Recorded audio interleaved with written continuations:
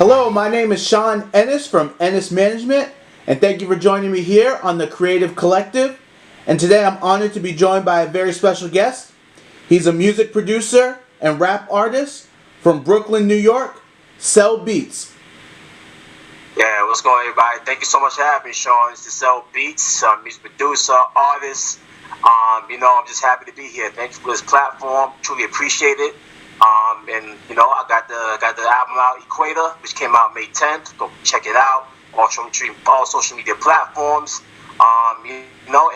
Just vibe out with me, man. I'm ready to do this, man. Thank you so much. So talk to me about the music scene in Brooklyn, New York right now. Well, in Brooklyn, everybody's rapping. I'm just gonna be straight honest. Like everybody really is trying to make their mark, and and it's funny because remember back in the days, like it was hard to get on the scene because one, you had to be good, you had to be nice, you had to have lyrics, you had to have songs, and also you had to have have the whole city behind you. If you were not known anywhere, no one's gonna play your record. So you had to go to the DJs. You had to you had to go to the spots. You had to go to the barbershops. You had to press CDs. You had to do that. That door to door. Drop-in service. And nowadays we have social media. It's so much easier. It's so much easier to promote your music. The YouTubes, the Instagrams. And you can make music. You don't have to go to expensive studio anymore. You can do it at your crib. So a lot of people here, not only Brooklyn but Queens, the Bronx, all throughout the tri-state area. There's so many rappers. There's so many rappers out here in New York, man. But then what separates the who's legit and who's just the rapper is like, you have to do something to stand out. And if you just rapping like everyone else in the block, no one's gonna pay attention to you. So you gotta kind of differentiate yourself from the pack, and you have to lead the race. And you can't follow whoever's doing the trend. You have to do your own thing. You know what I'm saying? So that's why with me, I try to do something that's different, and like not try to do the catchiness and do the follow what trend is going on, what's the latest dance, what's the latest like words and stuff like that. I just mix everything together and try to create something that people will resonate to, and it's like, and it's sometimes you take a gamble. You gotta try something. It's like taking a sample size. It's like trying a different. You line up a whole bunch of different recipes, and if you start a restaurant business, you gotta find a recipe to make your restaurant. People come to your restaurant. So if you line up like 10 different recipes, let's say you have like a barbecue sauce, but there's 10 different ways you made them. You gotta test them out and see which one is the best recipe. It tastes good to you, right? And then you gotta try it to the public.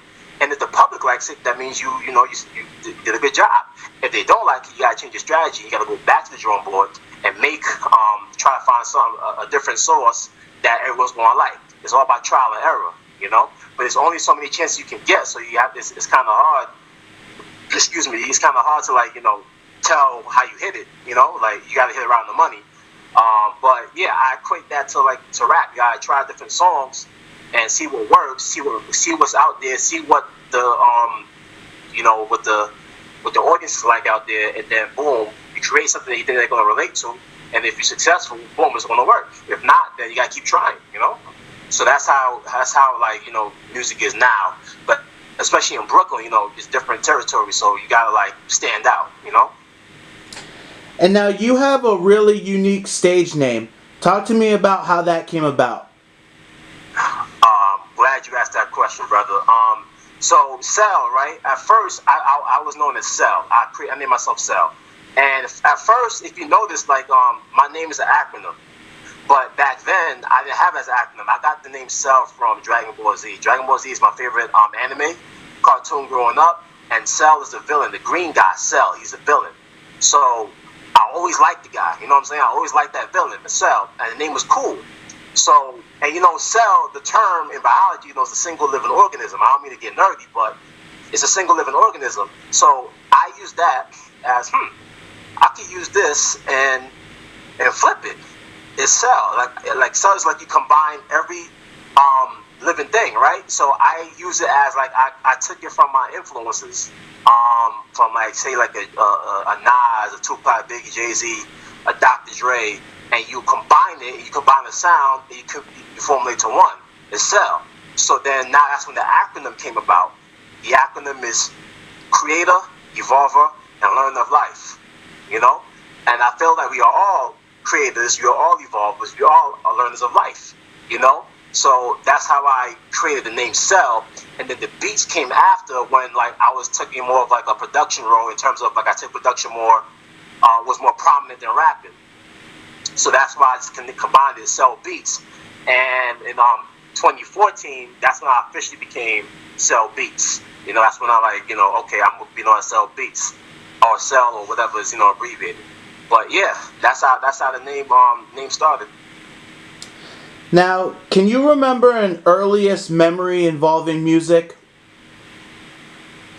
In terms of like what inspired me to get started. Um, even younger. What about a memory when you're young involving music? Something that's really stuck with you and resonated with you. Well, I can say that through music videos. Let's say like I go young. Let's say like if I saw like a young like a old Jay-Z video like a Can't Knock the Hustle song or whatever. I just like the visuals that it was black and white, and I felt that like, you know what, that'd be cool to do one day, you know. And the way and the stuff that they were saying too, you know, the words they were saying, it's like you don't understand it at age 7, 8, 9, 10 years old, you know. You don't understand it then, but it's so funny when you grow up and you know later in life and you hear the same things I said back 20 years ago, it makes so much more sense. So I feel that when I look at videos like that, and I look at you know, Nas's If I Rule the World, you know, things, videos like that, it really like I always couldn't wait to hear it or see it, you know, because back then videos you had to wait for the music videos to come on MTV or BET. So I remember those memories, just like waiting for videos like that to come on, and I would instantly resonate with it, instantly connect with it, you know. So I felt like, okay, this is something I may want to do. It sounds pretty cool. I don't know what they're saying. Like, I don't understand what they're saying. But I can vibe with this. You know what I mean? I can rock with this. Now, growing up, what sort of role did music play in your life? Well, funny enough, I didn't have like a musical family, a musical background in the family. My mom, when she was alive, she was in the she was taking the church, right? So what I did was I used to be in like I had like the glee club. I went to private school, right? So I was in the glee club, and I was in the choir, right? I can't sing, I couldn't sing, but that was my first like taste of being in music, like on a like, you know, not like a legit level, but like in terms of like being on stage and being with the band or like the pianist and the bass guitar, the lead guitar, and all that. In that environment, that was when I was like exposed more to like music, and that's how I think that piece of me always stuck with me, because then I got more intrigued, you know.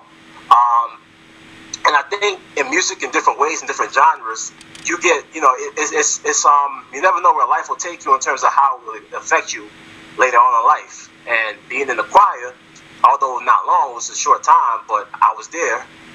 It could, you know, it resonates, you know. So yeah, I could definitely remember that being one of those the music, the musical side of how it may have inspired me to get where I am at today. And what music or artists have influenced you? I'll give you two. I'll start with the artist side.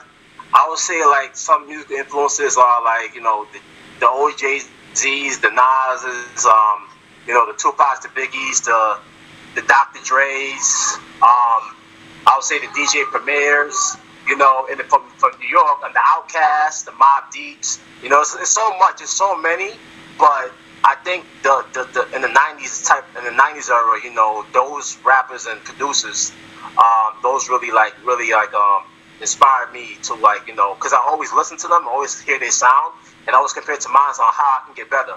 So that's how I use that as a grading scale of where I was at and where I wanted to be. So and that was very instrumental. No pun intended. And what were some of the things about the artists that you named? Some of the things that resonated with you from them?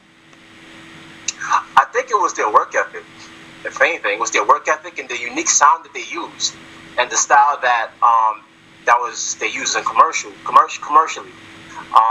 Everyone had their own sound, but I think those specific sounds that they had, like Mobb Deep with the Havoc and Prodigy, rest in peace. They had the eerie synth, the eeriness of it, and I like that. It was just so hard hitting, Jay-Z had the smooth laid back beats, but he rapped with he rapped with infinite with infinite knowledge and street knowledge and regular knowledge, and just like making hits.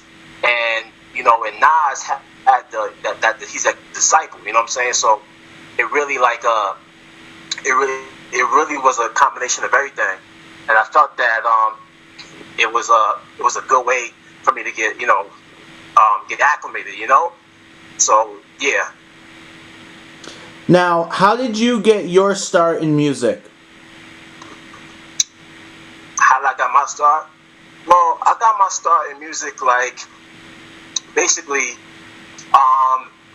I just figured out what I wanted to do. Once I figured out what I wanted to do, after I was writing my poetry and my rhymes, I think that when I first started doing poetry in high school, I think that really catapulted me to direct myself in what I wanted to do. So I got that started, and once I started writing more, I became more intrigued. And then the beats came. The beats came right after, and then it really opened my mind up with different sounds, So I felt that it was always going to be a part of my life going forward. So yeah. How do you feel that starting by writing poetry has affected or helped your songwriting? Absolutely, and also not only that, it helped my mind expand more on topics that I didn't know that I would be interested in or interested to talk about. So I think that as a songwriter, it's very important. It's very important to craft your songs on topics that's relevant, topics that's relatable, and also topics that you have to find the right balance between what's catchy and what's what message you want to display. So I try to use all of that as one to give a better direction of what my message is and what I want to talk about in the specific song. Now, what genre of music do you consider your songs to be, and how would you describe your music? I'll say it's hip hop, mainly hip hop oriented. It's hip hop, and it has some jazz in it. It has some early jazz influence on it, so I have some jazz sounds and some hip hop sounds as well. I just like to blend it, and I try to create something that's a nice fusion. You know what I mean? It's a nice fusion of boom bap and trap and soul and jazz. I like to play with different sounds, especially with this producer. You like to experiment with different sounds. And you like to use different sounds you use in an R&B song. You want to put it in a rap song. And I try to find that balance. I try to get creative. It's like I'm an evil genius, mad scientist trying to make a whole bunch of stuff in the lab. So yeah, I just try to create something different every time when I'm making a song or doing a beat. And what inspires you to create music? Sometimes that's a good question. it could take you many ways. Inspiration could come from other people, seeing their stories, seeing how their life turned out, or people you look up to, or you can see things that like, you know, it could be like my own like, trials and tribulations. Sometimes if I feel like I'm doubted, or people don't, it's like people doubt me or they don't believe in me. You gotta believe in yourself. So that's motivation for me enough. And whenever I feel like I'm doubted or I'm not taken seriously or like I'm overlooked, I just go 10 times harder, and it's an unsurmountable lens. So that drive is always going to be there no matter what, because my inspiration can come from multiple ways. So it's not just one way, and I'm not driven. I'm always driven. I've always got that chip on my shoulder, naturally. Now, being that you're a producer and a musician, and on your most recent release, you produced all the songs, could you briefly describe your music making process? Absolutely. My music making process is very like it depends on the type of mood and the type of feeling I'm in. I gotta be in the zone. So when I'm in the production phase, I lock it on the beats first. I don't know what I'm gonna write when I make the beats. So when I do the beats, I focus all on the beats, and then once I get the beats finished, I listen to them. I take my time, and then I come right back and figure out what I want to talk about. So once I figure out what I want to talk about, especially with the beat, then I'm ready to roll. So I think that certain beats have different moods. If it's like a sad beat or a happy beat or a party beat, it's all contrary to what mood you're in. So the mood I'm in, I'm making the beat. I have to recapture that moment when I'm writing. Because the writing, the production side, and the writing side is different. It fluctuates.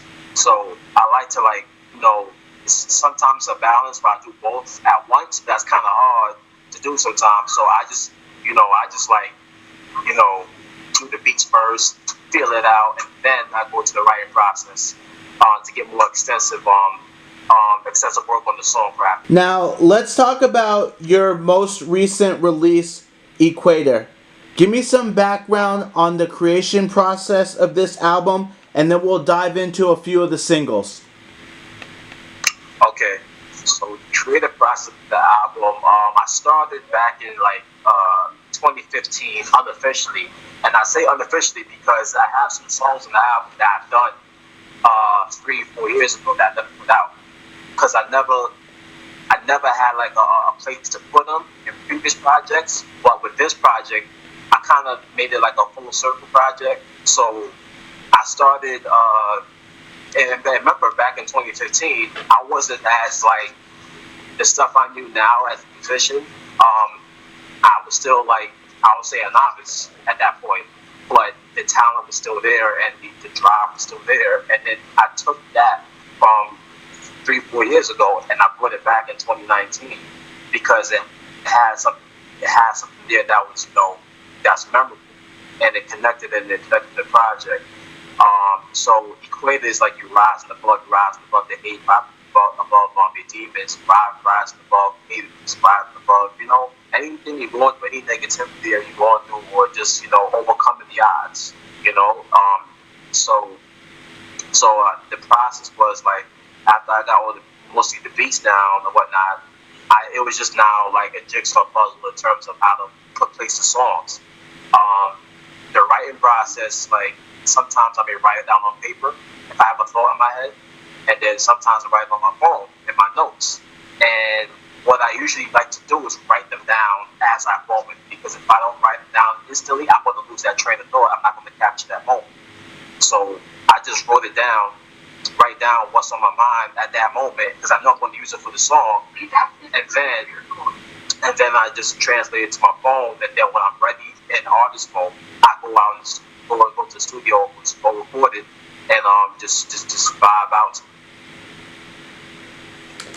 Now, talk to me about the song Night Floss. What are some of the themes or topics that you cover on this track?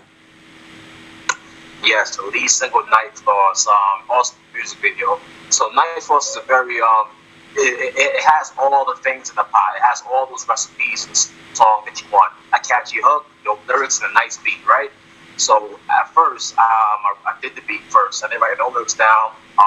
When I made the beat initially, I knew I was going to keep it because what I like to do about beats sometimes, I like to see who I think who's going to fit best on the beat. But I knew deep down I was going to keep this one and I was going to use it as a single because I wanted to make something catchy to resonate with the people, to catch their attention, catch the listeners' attention. You know, I wanted to get their feel for it. I wanted to like show them like, oh, who was this guy? You know, and also I wanted to like, you know, the chorus says, "My mind's so bright, it's night falls." Over there on the top jaw. Basically, it's like I'm the lone star in the night. Basically, you know, like I shine bright at night. I shine the best at nighttime. When you're sleeping, I'm shining. I'm awake. You know, and basically, it's like, you know, when the whole world sleep, I'm shining. You know, I'm the lawful star of the night. So I use that as a way to, you know, shape my mind into thinking like, you know, you're the star. This is your moment. You know, when everybody else is sleeping, this is your moment. But also, when everybody wakes up, they know who they know who you are. You know, they're not gonna sleep with you no more. So I really wanted to make a song that was catchy, that had a great, memorable lyrics. Like in the second verse, whenever I performed the song, people's favorite line is "The Great Gatsby." I said, "Titanic, Leonardo, the Great Gatsby." You know, Leonardo DiCaprio's Titanic, the Great Gatsby. I like to combine those lines and just make it catchy, and the beat stops when I say that line. So I did that on purpose, so the crowd will recite that. So lines like that, and like, excuse me, and especially with the timing of it, it all comes up full circle. So I made sure it was a catchy beat. Catchy hook. I made sure it was a dope beat, and I made sure I had bars that people like and then recite. And then you know, it's something that they could have the replay value on, you know. And that's just like the introduction single. That's the introduction to my world. And then there's more coming afterwards, you know. So that's just like a little appetizer. And then the full body of work will come right after, piece by piece, and then the album. And now talk to me a little bit about the music video. The music video, yeah, the music video was shot back in February.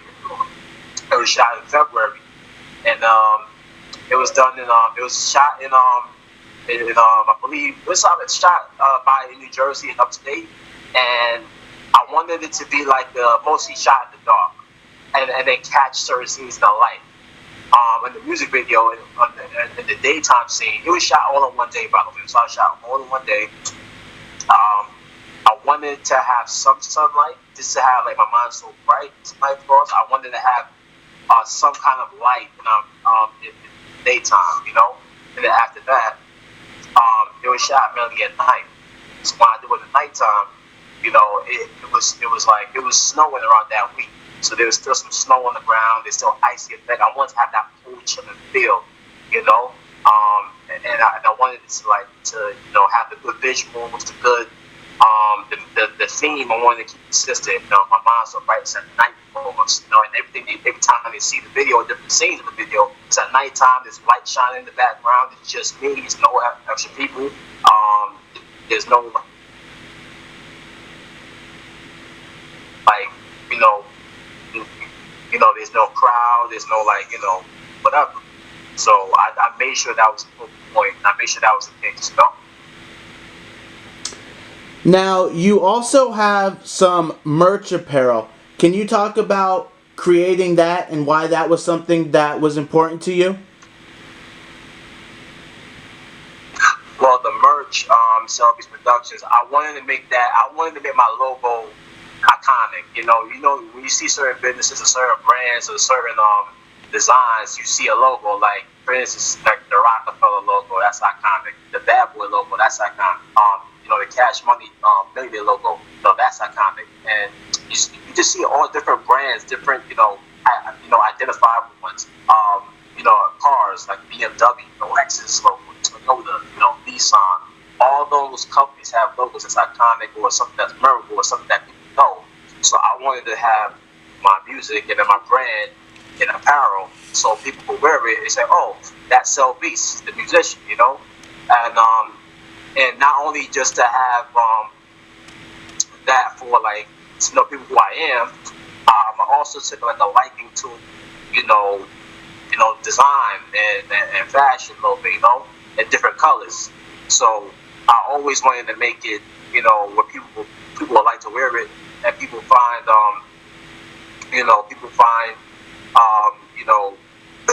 something cool about it. And I have more designs coming out in the near future that's going to be like not necessarily the logo, but different ways of of my name and how it could how people could relate to it, or I want it to be more personal. Now, being that you're a producer, what makes you want to work with a particular artist? Well, first of all, what makes me want to work with a particular artist is I want to make sure that me and the artist connects first. I don't want it to be strictly music when I first meet them. Like when I first meet the artist, when I work with them, I want to kind of vibe with them, pick their brains, see where their head is at, what their goals are. Just talk about life, regular stuff. I don't want to make it all business and just make the beat. Because sometimes the artist, you got to build with them. You got to build that chemistry. You got to build that trust. You got to build that that genuineness. So, but any vibe, any positive vibe I get from the artist, I make sure that I give all the opportunity for it to be, to be that, be genuine. I want it to be like very, personal. So that's why I like to have artists meet with them and just be cordial, be cool, pick out their vibes, and just have that. There's no pressure, there's no pressure to make a hit song that same day, It's like you gotta have to build the artist, you gotta earn the artist's trust, and if you know their personality, you know what they want, their likes and don'ts, and just about their life, and just and they'll reveal more to you. You could kind of paint a picture of how you want the song to be, and how you want it, how they envision it. You can kind of pick up and feed back and forth. The chemistry would be already there because you put that chemistry before doing any music. So I think that's very important when you build with the artist in person and working in the studio with them, and just getting that vibe with them. It's all about the vibe, all about that energy. And once you have that, you can make great music together.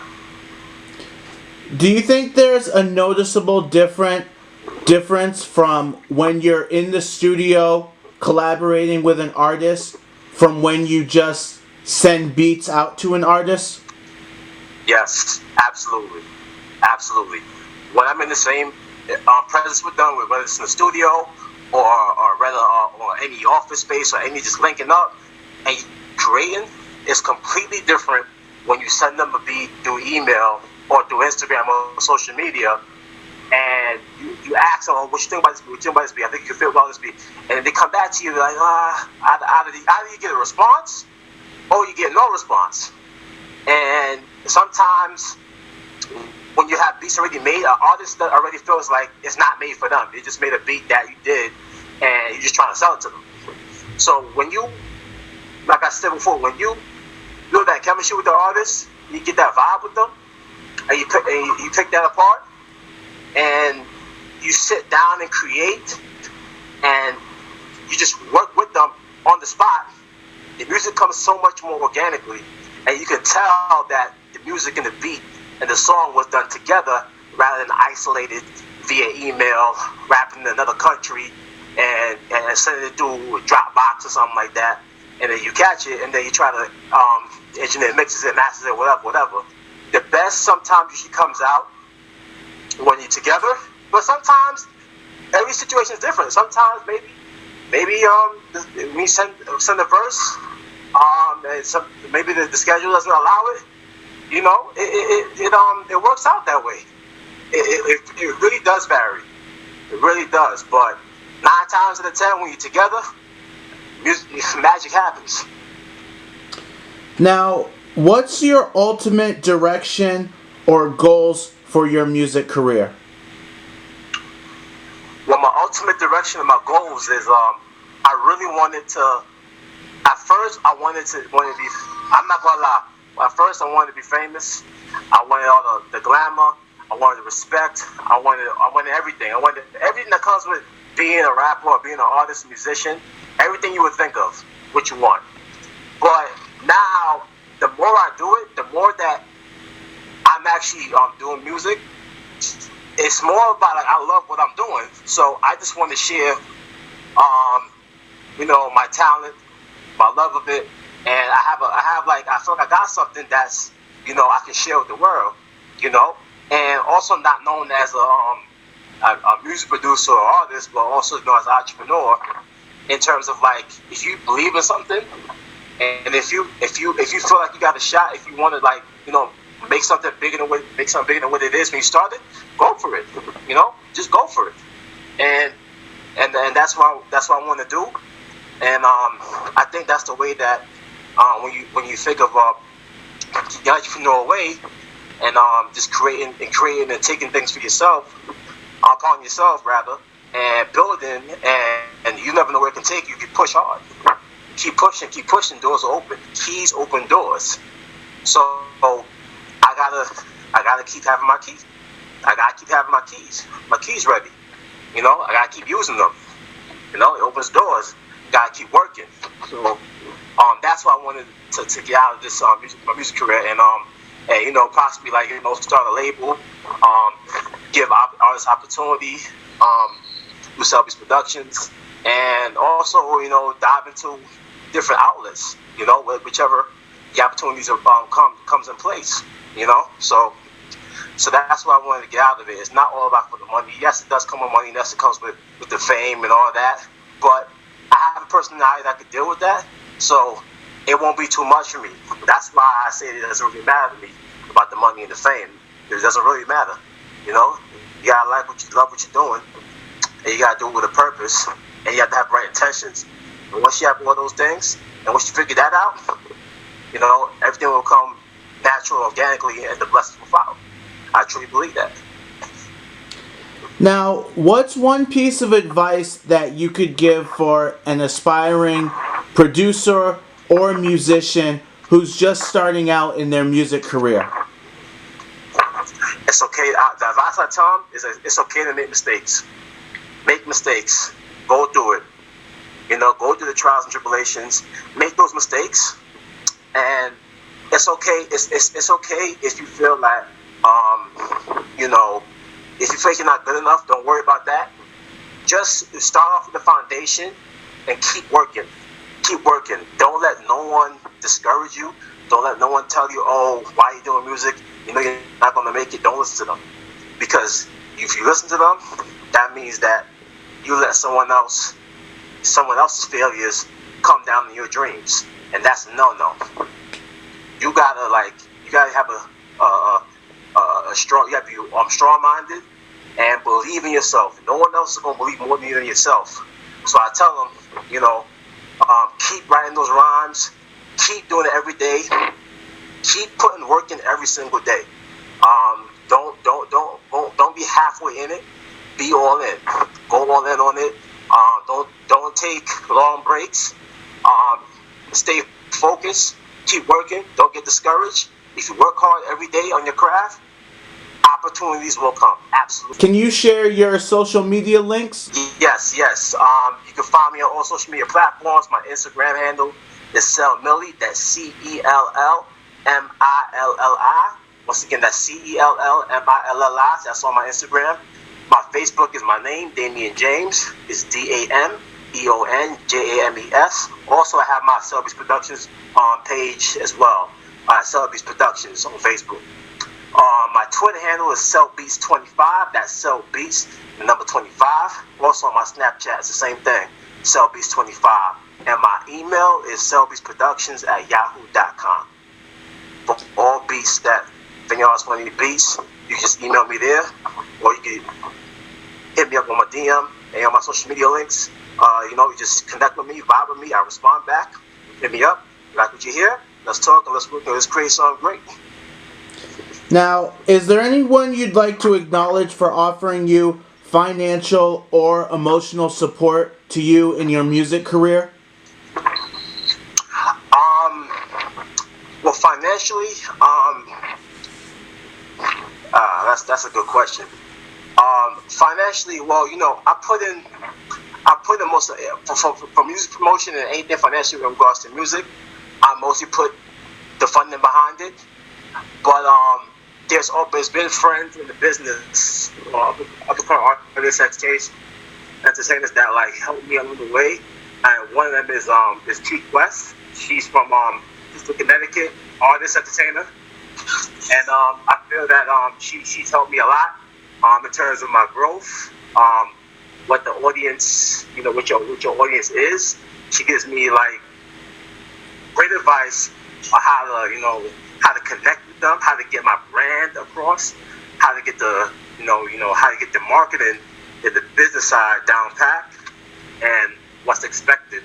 I also have other friends along the way that inspired me and just gave me good advice in terms of like feedback, what I should look into, how I should approach it a little bit in the music, and what specifically I want my brand to be about and my music to be about.